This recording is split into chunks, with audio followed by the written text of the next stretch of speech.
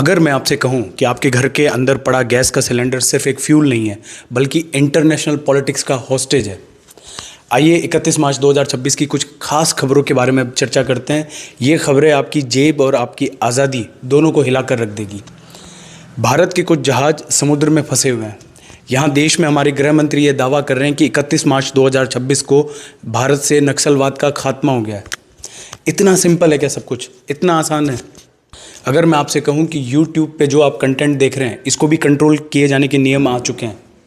Climate change की जो maths हम कैलकुलेट कर रहे थे, अगर आपको पता चले कि वो गलत है, तो आइए हम जानते हैं आज के इंडियन एक्सप्रेस की मुख्य खबरें और डिकोड करते हैं उनके अंदर का सच।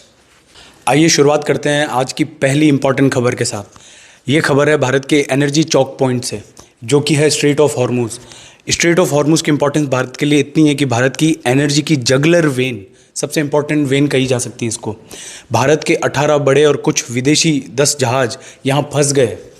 अब आपके दिमाग में आ रहा होगा कि इससे हमारा क्या लेना देना है? डायरेक्ट लेना देना है।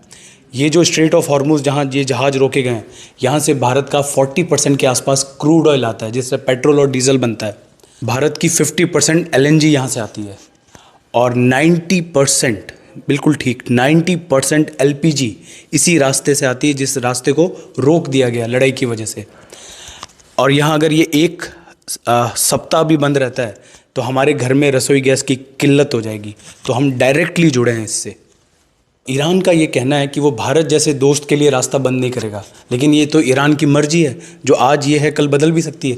किसी की मर्जी पर हम हमारे पूरे देश की एनर्जी सिक्योरिटी डिपेंड नहीं करवा सकते। दूसरा, आप देख रहे हो कि जैसे जैसे तेल की कीमत बढ़ रही है, डॉलर स्ट्रांग हो रहा है, रुपया गिरता जा रहा है, तो हम दोहरी मार झेल रहे हैं अब।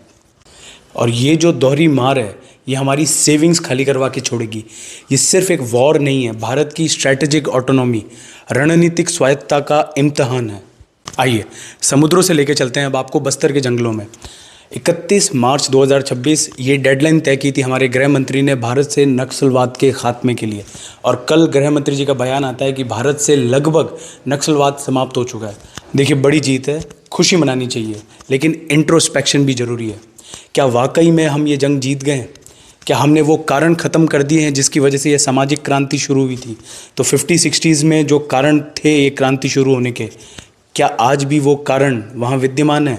हमने फोर्सफुली हो सकता है कि सरेंडर करवाया हो, गिरफ्तार किए हो, एनकाउंटर किए हो, लेकिन क्या वो आइडियोलॉजिकल वैक्यूम फिल कर पाए हैं वहाँ? तो ये देखना होगा हमें। अगर हम ये नहीं कर पाएँ तो ये जीत कुछ ही दिनों की है। दोस्तों, अभी तक हम ग्लोबल सिक्योरिटी और इंटरनल सिक्योरिटी की बात कर रहे थे। अब हम बात करते हैं डिजिटल आज़ादी की, एक ऐसी खबर जो आपकी डिजिटल आज़ादी जिससे खतरे में पड़ सकती है। इसके बाद हम बात करेंगे क्लाइमेट चेंज की, एक ऐसी गणित जिससे हम शायद गर्मी को ही गलत नाप रहे थे, हमारी कैलकुलेशन ही बदलने वाली है। ये क्या आपको पता है कि सरकार की नज़र अब इंडिपेंडेंट क्रिएटर्स पर तिरछी है? इन नए IT के ड्राफ्ट रूल्स आए हैं। इन रूल के मुताबिक जो इंडिपेंडेंट क्रिएटर्स हैं, इंस्टाग्राम पे, फेसबुक पे, ट्विटर पे, X पे, किसी भी प्लेटफॉर्म पे हैं, तो वो अब मीडिया हाउस की तरह माने जाएंगे। मतलब ये क्या खुशी की बात है कि अब हम मीडिया हाउस की तरह माने जाएंगे।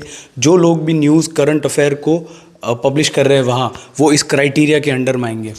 बेसिकली सरकार क्या चाह रही है कि जो डीप फेक न्यूज़ है, AI क्रिएटेड न्यूज़ हैं, उनको कंट्रोल करना चाह रही है। और अगर ऐसा कोई झूठी खबर पब्लिश करते हुए पाया जाता है तो सरकार उसका अकाउंट सीधा ब्लॉक करवा सकती है और सोशल मीडिया प्लेटफॉर्म्स को ऐसा मानना पड़ेगा सरकार का ऑर्डर। देखिए, इसके फ़ायदे तो है, क्योंकि फेक न्यूज़ को रोकना बहुत ज़रूरी है और बहुत लार्ज स्केल पे बढ़ेगी जैसे जैसे AI का यूज़ बढ़ेगा। लेकिन यहाँ पर एक मुद्दा और है, और वो है सेंसरशिप का। ऐसा ना हो कि आगे चल के इस टूल का सेलेक्टिवली यूज़ किया जाए सेंसरशिप लागू करने के लिए। देखिए, फ्रीडम ऑफ स्पीच और डिजिटल अकाउंटेबिलिटी, इन दोनों के बीच में एक बहुत फाइन बैलेंस बना रहना चाहिए। आखिरी खबर जो है वो हमारे क्लाइमेट, हमारे फ्यूचर से जुड़ी हुई है। आज तक हम क्लाइमेट चेंज के लिए विलन मानते थे कार्बन डाइऑक्साइड को, लेकिन अगर हम नई स्टडी की माने, RFA रेडिएटिव की, तो हमें पता चलेगा कि कुछ गैसेज ऐसी हैं जो कम समय के लिए आती है लेकिन नुकसान कार्बन डाइऑक्साइड की तुलना में बहुत ज़्यादा करके जाती है, जैसे कि मीथेन। इससे पहले जो हम स्केल फॉलो करते थे वो थे GWP 100, ग्लोबल वार्मिंग पोटेंशियल 100। हम 100 साल के लिए किसी गैस का एवरेज देखते थे।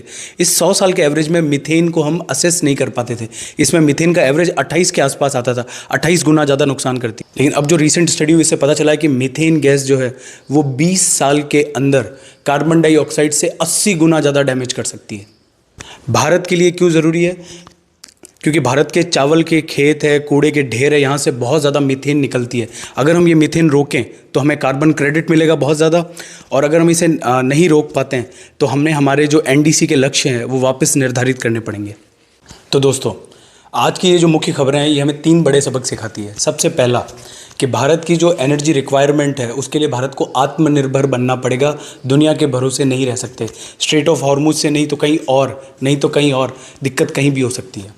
दूसरा, जंग सिर्फ गोलियों से नहीं जीती जाती है। जंग असली में अगर जीतनी है तो हमें लोगों का भरोसा, उनका दिल जीतना पड़ेगा। तीसरा, डिजिटल दुनिया में आज़ादी और जिम्मेदारी, इन दोनों के बीच में बहुत महीन लकीर है।